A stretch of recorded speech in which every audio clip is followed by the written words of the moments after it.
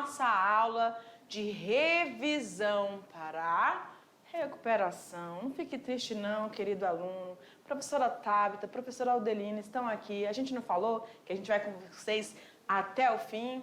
Tamo junto. Infelizmente, se você precisar dessa aula é porque alguma coisa deu ruim no meio do caminho. Mas não desista, persevere, lembre de Gregor Mendel, lembre de Charles Darwin, tá? Lembrem de pessoas que jamais se deixam abater. Tá certo, galera? Então vamos firmes, seguros, porque essa é a nossa aula, então, de revisar alguns assuntos. Vamos lá, da unidade 1, né? Joga lá no quadro. Então a gente viu nessa aula, nossa aula 23.1, tá, galera? Fique ligado aí. A primeira lei de Mendel, o monohibridismo. Segunda lei de Mendel, ou dihibridismo. Genética e probabilidade. Falamos das heranças do sistema ABO e RH. Herança sexual. E aí, nós vamos iniciar, então, a nossa caminhada aqui. Vamos lá, construindo novamente essa aula. Na aula 4.1, galera, falamos sobre a primeira lei de Mendel, sobre o monohibridismo, introduzimos a primeira lei mendeliana, falamos das características do experimento e o objetivo dessa primeira lei mendeliana, tá bom? Professora, faz um feedback aí, né? O que era mesmo? Presta atenção, eu vou jogar aqui essa representação para vocês estarem lembrando, mas olha aqui, pode jogar eu aqui no cantinho, por favor, pum, pum, pum, ali. Fiquei bem em cima do X. Tchum. Mas é o seguinte, a primeira lei de Mendel, trabalhou lá com as ervilhas, lembram? Beleza? Aí ele pegou essas ervilhas na primeira lei e pegou uma característica, ou cor da semente, né? Ou cor da vagem, tipo de flor, aonde estava o posicionamento dessa flor, enfim, ele trabalhava com uma característica por vez, aí ele chamou de monohibridismo, perfeito? E aí ele conseguiu fazer indivíduos puros. O que são os indivíduos puros? São indivíduos homozigotos, tá bom? Agora me tira e joga aqui no quadro, vamos lá? Olha lá. Organismos, então, vezão, tá? Com um organismo vezinho. O que era isso, professor? Cor de semente amarela, cor de semente verde. Homozigotos, então vai ser vezão, vezinho, porque era uma característica recessiva. Ele sabia? Não. Mas aí ele fez esse cruzamento. E na geração 1, ele vai obter... Aqui são as formações dos gametas. Então, esse indivíduo parental vezão, só pode formar só um tipo de gameta. Vezão. E o indivíduo 2, a fêmea ali, vezinho. Perfeito. Agora vamos para o cruzamento da geração F1. Todas nasceram amarelas. A característica verde, da semente verde, parece que tinha desaparecido. A princípio ele pensou nisso, mas não desapareceu não. O que ele pegou agora? Ele pegou esses indivíduos da geração F1 e fez o cruzamento, porque agora você tinha heterozigotos, tá vendo ali? Vezão, vezinho. E aí ele pegou esses indivíduos vezão, vezinho, fez a autofecundação e obteve aí a formação dos gametas novamente. Vou passar pra gente não perder tempo. E aí você teve esse tipo de... Opa! Calma, prof. Você teve esse tipo de padrão, 3:1. Por que 3:1? Amarelo. Meu Deus. Cadê o negócio do pincel? Aqui, ó. Amarelo. Deixa eu ver, vai dar mais um. Amarelo e um verde. 3:1. Tá bom? Isso foi na primeira lei de Mendel. Certinho? Então ele pegou indivíduos puros com uma característica só, teve 100% da cor dominante, da cor amarela. Na segunda geração, pegou esses indivíduos heterozigotos e agora fez o cruzamento e teve uma outra proporção. Um indivíduo, né, dentro dessa proporção foi verdinho, só verdinho. Ok, agora na segunda lei de Mendel, professora, chamada de hibridismo, você está tratando aí de duas características ao mesmo tempo. Então eu posso ter cor da semente e textura da semente, ou eu posso ter a posição da flor e a cor da flor. Ou eu posso ter a cor da vagem ou a textura dessa vagem, tá bom? Mas sendo que são duas características, por isso sou chamado de dihibridismo. E a gente fez a introdução sobre essa questão da lei de Mendel, característica do experimento e o objetivo também dessa segunda lei. Nessa segunda lei, chamada também de lei da segregação independente, por quê? Apesar de você estar trabalhando duas características, você tem, né? Ele constatou que você tinha uma separação, uma formação dos gametas. Esses alelos faziam, né, posicionavam-se nos gametas de forma independente. Se você está trabalhando com uma, duas ou três características, eles vão se segregar, ou seja, eles vão se separar para formar os gametas e só vão se unir novamente na fecundação. Certinho? E aí a gente tem aqui, ó, já direto nos cruzamentos dos híbridos. Ele fez a mesma coisa que ele fez lá na primeira lei. Pegou os puros, teve 100% lá daquele padrão, agora ele pegou os heterozigotos, e aí a gente está vendo o quê? Que aqui, nos heterozigotos, você tem um indivíduo de cor amarela e característica rugosa da semente, tá? Só tem esses padrões. Então, os dois heterozigotos foram autofecundados, e aí o que ele vai ter aqui, ó? Na geração F2, ali a formação dos gametas, vamos passando, e aí preenchendo o quadrinho todinho para não perder tempo. Então você vai fazendo esses cruzamentos que a gente ensinou para vocês, né? Ó, Vzão com Vzão, Rzão com Rzão, tá aqui, ó, tá bom? E aí você preencheu esse quadrinho, né? Que a gente mostrou para vocês na aula, e aí aqui a proporção mudou. Agora vai ser de 9 para 3, para 3, para 1. E esse 1 é justamente esse indivíduo aqui. E esses 9 são todos esses aqui, ó, que tem essa diferença, então, de padrões, tá?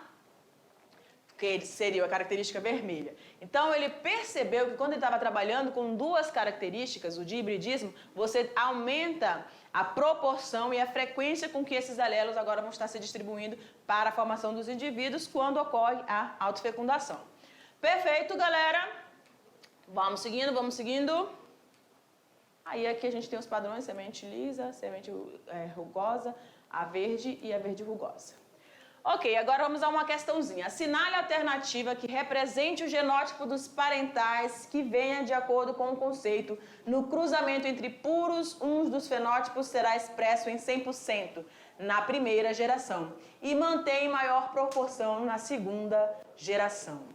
Então, como é que a gente vai ter, qual é esses indivíduos parentais que a gente vai ter aí para poder ter essa formação da segunda geração? Olha lá, letra A, B, C, deixa eu colocar todas aqui, D. Gente, para eu ter 100% na primeira geração dessa característica se sobressaindo das demais, eu tenho que ter os indivíduos puros. E o que são indivíduos puros? Indivíduos que têm os mesmos alelos. Então, ó, Rzão, Rzão. Rzinho, Rzinho, tá bom? Aí nossa resposta. Vamos seguindo? Na genética de populações nós falamos sobre probabilidades, eventos aleatórios e as regras do ou do e.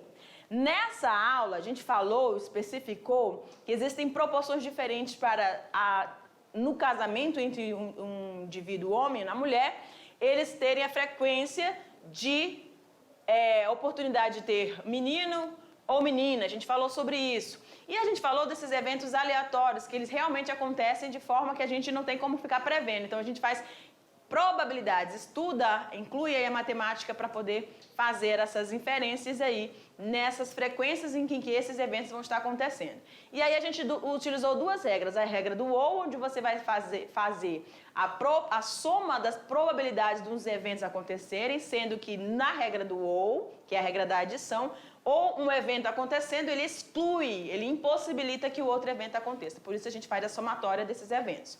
Na regra do E, você tem a probabilidade dos dois eventos acontecerem, eles não vão se excluir, eles vão estar acontecendo ao mesmo tempo. Então, eu tenho a probabilidade de ter um menino com cor dos olhos castanhos escuros, tá? Ou menina de cabelos claros, enfim, tá? E aí a gente vai usar a multiplicação dessas probabilidades. E aí a gente tem aqui, então, o homem com a representação do XY, a mulher com o XX, que a gente já viu isso. Fazendo os cruzamentos dos seus alelos, você vai ter a mulher XX e o homem XY, XY. Isso aqui é a probabilidade desse casal ter meninas e meninos. Qual é essa frequência, ou qual é essa probabilidade, ou qual é essa porcentagem? 50% é a chance de ter menino, 50% a chance, ou meio, né? Chance de ter menino, tá certo? Nós vimos isso aí durante essa aula, galera. Vamos para uma questãozinha. Um casal quer ter 2 filhos e deseja saber a probabilidade de ambos serem do sexo masculino. Admitindo que a probabilidade de ser homem ou mulher é igual a meio, a probabilidade do casal ter 2 meninos. Preste atenção, cada vez que eles forem se reproduzir, cada vez que eles forem ter um filho, a porcentagem é a mesma, 50%. A primeira, na segunda, na terceira, na 10ª, vai ser sempre 50% para menina, 150 já, meu pai, 50% para menino, tá bom? Nossa respostazinha. Então, você vai somar a probabilidade de ser desse casal ter menina, tá? E de serem 2. Então, você vai multiplicar usando a regra do ou, tá? E aí vai ficar 1/4. Perfeito? Vamos seguindo? Ali. Na aula 9.1, nós falamos sobre a herança dos grupos sanguíneos, do sistema ABO e RH. Falamos desses alelos múltiplos, né? Por que alelos múltiplos? Porque dentro do sistema ABO eu tenho indivíduos, né, do sangue A, B, AB e O. E aí, para cada um deles eu vou ter um grupo de alelos, por isso chamados de alelos múltiplos. Ok? E falamos do fator RH, que foi a descoberta do rhesus, né, da espécie do gênero do macaco, chamado rhesus, do gênero rhesus, em que a gente viu a existência do fator RH, que aí quando o indivíduo tem nas suas hemácias, tem o fator RH, ele é positivo. Quando ele não tem, ele é RH negativo. E falamos também da questão da eritoblastose fetal. Nós colocamos para vocês essa informação aqui para você matar qualquer questão. Ah, eu estou com dúvida, para quem que eu posso doar, para quem que eu não posso doar. Você joga isso aqui no quadro, você faz assim no cantinho aí da sua atividade. Então você vai ter o sangue A, o sangue B, o sangue AB e o sangue O. O sangue O vai doar para ele, o sangue A vai doar para ele mesmo, o sangue B também e o A a B. Ok. O O, como ele é doador universal, ele vai doar para os 3 tipos de sangue. O tipo A, ele vai doar para ele mesmo e vai doar para o tipo AB. O B vai doar para ele mesmo e vai doar para também o AB. E o AB, professora, ele é receptor universal, ele recebe de todos, vocês estão vendo? Então, quando você monta esse esqueletozinho, né, do sistema BO, você consegue fazer todas essas deduções, lembrando do cada alelo que compõe cada tipo de sangue, tá bom? E aí a gente falou sobre a eritoblastose fetal. Em que a gente falou sobre a eritoblastose fetal? Que uma mulher que case com um homem que tem lá nas suas hemácias o fator RH positivo, ela é negativo, tá aqui, ó, ela é negativa, ela tem um filho na primeira gestação que é positivo como pai. O que vai acontecer? No momento do parto, ou na transferência ali, vai passar um pouquinho do sangue do bebê para ela vai começar a produzir anticorpos. O que vai acontecer? Ela vai produzir esses anticorpos e numa segunda gestação, se a criança agora for positiva novamente, pode acontecer os problemas com o sangue da mãe para o bebê. Porque a mãe vai ter anticorpos, vai combater o sangue da criança, ela pode pegar uma anemia forte, pode morrer. Hoje a gente tem esse controle com o pré-natal, então a gente não corre mais esses riscos, tá bom? Mas essa doença, quando ela surgiu, quando a gente se deu conta dessa enfermidade, desse problema, né? Aí a gente rapidinho tratou de solucionar esse problema, beleza? Hora de recuperar. Então aqui, ó, no heredograma a seguir estão indicados os fenótipos dos indivíduos do sangue A, B, O e RH. O indivíduo 6, professora, deverá ser em relação aos locos do sistema A, B, O e RH, respectivamente. Eu estou querendo saber aqui, ó, do indivíduo. Eu vou colocar bem para cima para a gente ter espaço, tá bom? Então, olha aqui, preste bem atenção. Eu tenho um indivíduo 7, que é uma menina, que ela é do tipo B. Então, eu tenho um alelo IB. Esse outro alelo dela eu não sei ainda, mas preste atenção. Ela é RH negativo. O RH negativo, ela tem um alelo Rzinho, beleza? No indivíduo 8, os filhos desse casal, 8, o menino, ele é do tipo AB. Então, ele vai ser, só pode ser Izão Azão, Izão Bezão, tá? E ele é RH positivo, então ele tem um R e tem um tracinho ali porque eu não sei o L. Porque o RH positivo, ele pode ser Rzão, Rzão, ou Rzão, Rzinho. Heterozigoto ou homozigoto, perfeito? Agora eu vou aqui para cima, para a mãe, tá? A mãe, ela é B. Então, ela tem aqui, vou ver se eu consigo colocar aqui. Ui, ficou esquisito. É um B, tá, gente? E ela é RH negativo, então ela é Rzinho, Rzinho. Eu tô querendo saber o que, professora? O 6, que é o pai, tá? Então, preste atenção. Se eu sei, né, que esse indivíduo, agora, ele teve esses 2 filhos, eu vou observar, então, o padrão. Preste atenção.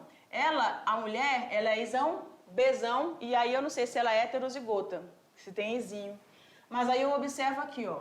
Esse menino aqui, ele é Izão, Azão, Izão, Bzão. Isso quer dizer que um vem do pai e outro da mãe. Se ela já tá dentro, a mãe tem Izão, Bzão, esse pode ter vindo dela e o outro só pode ter vindo do pai. Então ele é, opa, Izão, Azão. Opa, eita, que o ar quase não sai, mas é Izão, Azão, tá bom?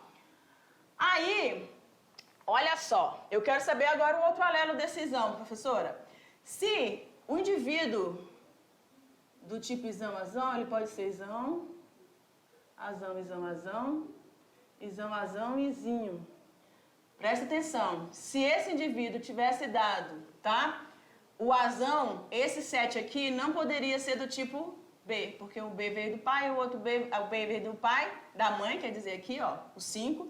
E aí o outro A, ele seria Izão, Bzão, Izão, Azão, Izão, Bzinho. Não poderia ser do tipo B, e ele é. Então eu sei que isso aqui só pode ter um gene recessivo, o Izinho.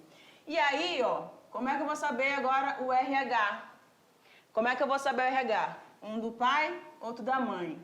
Esse indivíduo só pode ser, aliás, ele é Rzão, porque, ó, esse menino aqui, ele tem um Rzão. Ele é RH positivo. A mãe, ela só é Rzinho, Rzinho. Então, ela só pode ter dado o Rzinho dela e esse Rzão só pode ter vindo do pai, que é o número 6. Então, ele vai ser Rzão, Rzinho. E a resposta, tá? Vou botar pra cá pra ficar melhor. Então, esse é o genótipo do indivíduo 6, tá bom? Que é heterozigoto para as duas situações ali. Vamos seguindo? Heranças. Então, a gente falou aí sobre a questão das heranças. Caracteres, determinação do sexo, probabilidade das deficiências, que é o daltonismo, né? As outras questões relacionadas ao processo de coagulação do sangue.